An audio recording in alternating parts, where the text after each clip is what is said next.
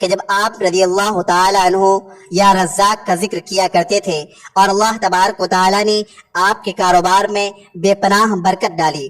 حضرت علی رضی اللہ تعالی عنہ نے ایک بار اللہ سے دعا کی، اے اللہ تو نے روزی کو مختص کر رکھا ہے، میں تجھ سے وہ روزی مانگتا ہوں جو میرے لیے بہتر ہو۔ اللہ نے آپ کی دعا قبول کی اور آپ کو بے پناہ رزق دیا، جس کی بدولت آپ رضی اللہ تعالی عنہ کی زندگی میں ایک عظیم کامیابی آئی۔ چوتھا نام یا رحیم، اے بے پناہ رحم کرنے والے، رحیم وہ ہے جو بندے پر خاص رحمت فرماتا ہے، بار بار گناہوں کے باوجود مایوس نہیں کرتا۔ یا رحیموں کا ورد کرنے سے دل کو سکون ملتا ہے، ڈپریشن اور بے چینی ختم ہوتی ہے، اللہ کی رحمت کا نزول ہوتا ہے، گناہوں پر ندامت کا جذبہ پیدا ہوتا ہے۔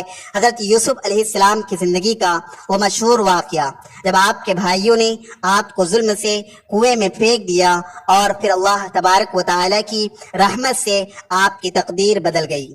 حضرت یوسف علیہ السلام نے جب یا رحیموں کا ذکر کیا تو اللہ کی بے پناہ رحمت آپ پر نازل ہوئی اور آپ مصر کے وزیر بن گئے۔ یہ واقعہ یہ بتاتا ہے کہ جب کسی کی زندگی میں مشکلات اور رکاوٹیں آ جائے اور وہ اللہ سے دعا کرے کہ یا رحیم، تو اللہ اس پر اپنی رحمت نازل کرتا ہے اور اس کی تقدیر بدل دیتا ہے۔ پانچواں نام ہے یا ودود، اے محبت کرنے والے۔ ودود وہ ہے جو اپنے بندے سے محبت کرتا ہے اور بندے کے دل میں اپنی محبت ڈال دیتا ہے۔ قرآن پاک میں آتا ہے، بے شک اللہ کی ذات وہ ہے جو پہلی بار پیدا کرتا ہے اور وہی لوٹاتا ہے، اور وہ بہت معاف کرنے والا، محبت کرنے والا ہے۔ یا ودود کا ورد کرنے سے شوہر بیوی میں محبت، رشتوں میں الفت، دشمن دوست بن جاتے ہیں، دلوں کی سختی ختم ہو جاتی ہے۔ حضرت حسین رضی اللہ تعالی عنہ نے کربلا کے میدان میں اللہ کی محبت کے لیے اپنی جان قربان کی۔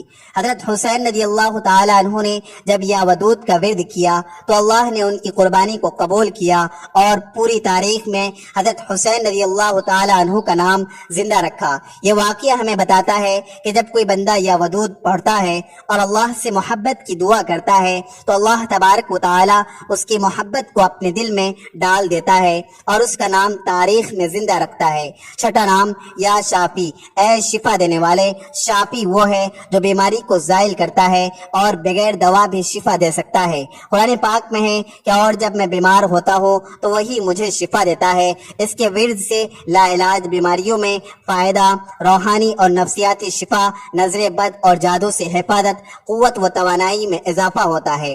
حضرت ابو ہریرہ رضی اللہ تعالی عنہ ایک دن شدید بیمار ہوئے اور ان کی حالت بہت بگڑ گئی۔ اس وقت حضرت علی بن ابی طالب رضی اللہ تعالی عنہ نے یا شافی کا ورد کیا اور اس کے فوراً بعد حضرت ابو ہریرہ رضی اللہ تعالی عنہ کی حالت میں بہتری آنا شروع ہوئی اور اللہ نے انہیں شفا دے دی۔ اس واقعے سے یہ سبق ملتا ہے کہ جب کسی کو یا شافی کا ذکر کر کے شفا کی دعا کی جائے تو اللہ تبارک و تعالی بے پناہ قدرت سے شفا دے دیتا ہے۔ ساتواں نام ہے یا جبار، اے دل کو جوڑنے والے۔ جبار وہ ہے جو ٹوٹے دلوں کو جوڑتا ہے، شکستہ حال کو سہارا دیتا ہے۔ قرآن پاک میں ہے کہ وہی ایمان دینے والا، محافظ، غالب اور جبار ہے۔ اس نام مبارک کا ورد کرنے سے غمزدہ دل کو سکون، مایوسی، امید، نفسیاتی دباؤ میں نرمی، ٹوٹے رشتے جڑ جاتے ہیں۔ حضرت عمر بن خطاب رضی اللہ تعالی عنہ اسلام قبول کرنے سے پہلے شدید دشمن تھے، مگر جب اللہ نے ان کے دل میں یا جبار کی تاثیر ڈالی تو ان کا دل نرم ہو گیا اور وہ اسلام قبول کر کے ایک عظیم مسلمان بن گئے۔ یہ واقعہ ہمیں بتاتا ہے کہ اللہ تبارک و تعالی کے اسما کے ذریعے دلوں میں تبدیلی آتی ہے اور یا جبار کے ذکر سے دلوں میں نرم دلی اور ہدایت آتی ہے۔ تو ناظرین، چلتے ہیں اب اس وظیفے کی جانب کہ آپ نے اسماء حسنہ کو کب، کہاں، کیسے اور کتنی تعداد میں پڑھنا ہے۔ تو ناظرین، اس وظیفے کی جو اہم بات ہے وہ یہ ہے کہ اگر آپ کا وضو ہے تو بہت اچھی بات ہے، اگر وضو نہ بھی ہو تو آپ ان ناموں کو کثرت سے پڑھ سکتے ہیں۔ اللہ تبارک و تعالیٰ کے ان مبارک 7 ناموں کو آپ کسی بھی وقت، کسی بھی نماز کے بعد، چلتے پھرتے، دفتر، کاروبار، جب جہاں جیسے آپ کو وقت مل جائے، بے شک رات کو سونے سے پہلے بھی آپ ان ناموں کا ورد کر سکتے ہیں۔ تو جیسے ہی آپ وظیفہ کرنے لگیں، ان ناموں کا ورد کرنے لگیں، تو سب سے پہلے آپ نے حضور اکرم صلی اللہ علیہ وسلم کی ذات اقدس پر درود پاک کا نذرانہ پیش کرنا ہے۔ ثواب کے طور پر ایک مرتبہ میرے ساتھ بھی درود پاک پڑھ لیں۔ اللہم صلی علی محمد وعلی آل محمد کما صلیت علی ابراہیم وعلی آل ابراہیم انک حمید مجید۔ اللہم بارک علی محمد وعلی آل محمد کما بارکت علی ابراہیم وعلی آل ابراہیم انک حمید مجید۔ درود پاک پڑھنے کے بعد آپ نے اللہ تبارک و تعالیٰ کے ان مبارک ناموں کا ورد کرنا ہے۔ یا فتاح، یا غنی، یا رزاق، یا رحیم، یا ودود، یا شافی، یا جبار۔ آپ نے اسماء حسنہ کو تسبیح کے دانوں پر گن کر یا ہاتھوں کی انگلیوں پر گن کر پڑھ لینا ہے۔ توجہ اور دھیان کے ساتھ مکمل ایک تسبیح یعنی پورے 100 مرتبہ آپ نے ان ناموں کو پڑھنا ہے۔ تعداد میں کمی بیشی بالکل نہ ہو۔ آپ اسماء حسنہ کو ملا کر پڑھیں گے تو ایک شمار ہوگا، یا فتاح، یا غنی، یا رزاق، یا رحیم، یا ودود، یا شافی، یا جبار، ایک بار ہو گیا۔ یا فتاح، یا غنی، یا رزاق، یا رحیم، یا ودود، یا شافی، یا جبار، 2 بار ہو گیا۔ اس طرح سے آپ نے توجہ اور دھیان کے ساتھ مکمل ایک تسبیح اللہ تبارک و تعالیٰ کے عظیم مبارک ناموں کی پڑھنی ہے۔ اس کے بعد آخر میں پھر سے درود پاک پڑھنا ہے اور اللہ تبارک و تعالیٰ کی ذات سے ان مبارک ناموں کے واسطے گر گرا کر دعا کرنی ہے۔ اگر آپ اسماء حسنہ کا ورد یقین سے کرتے ہیں تو ہر نام کے پڑھنے پر ایک دروازہ کھلے گا، کبھی رزق کا، کبھی شفا کا، کبھی سکون کا، کبھی محبت کا اور کبھی کامیابی کا۔ ان اسماء کو نماز سے پہلے، سونے سے پہلے، کام پر جانے سے پہلے، کسی بھی امتحان سے پہلے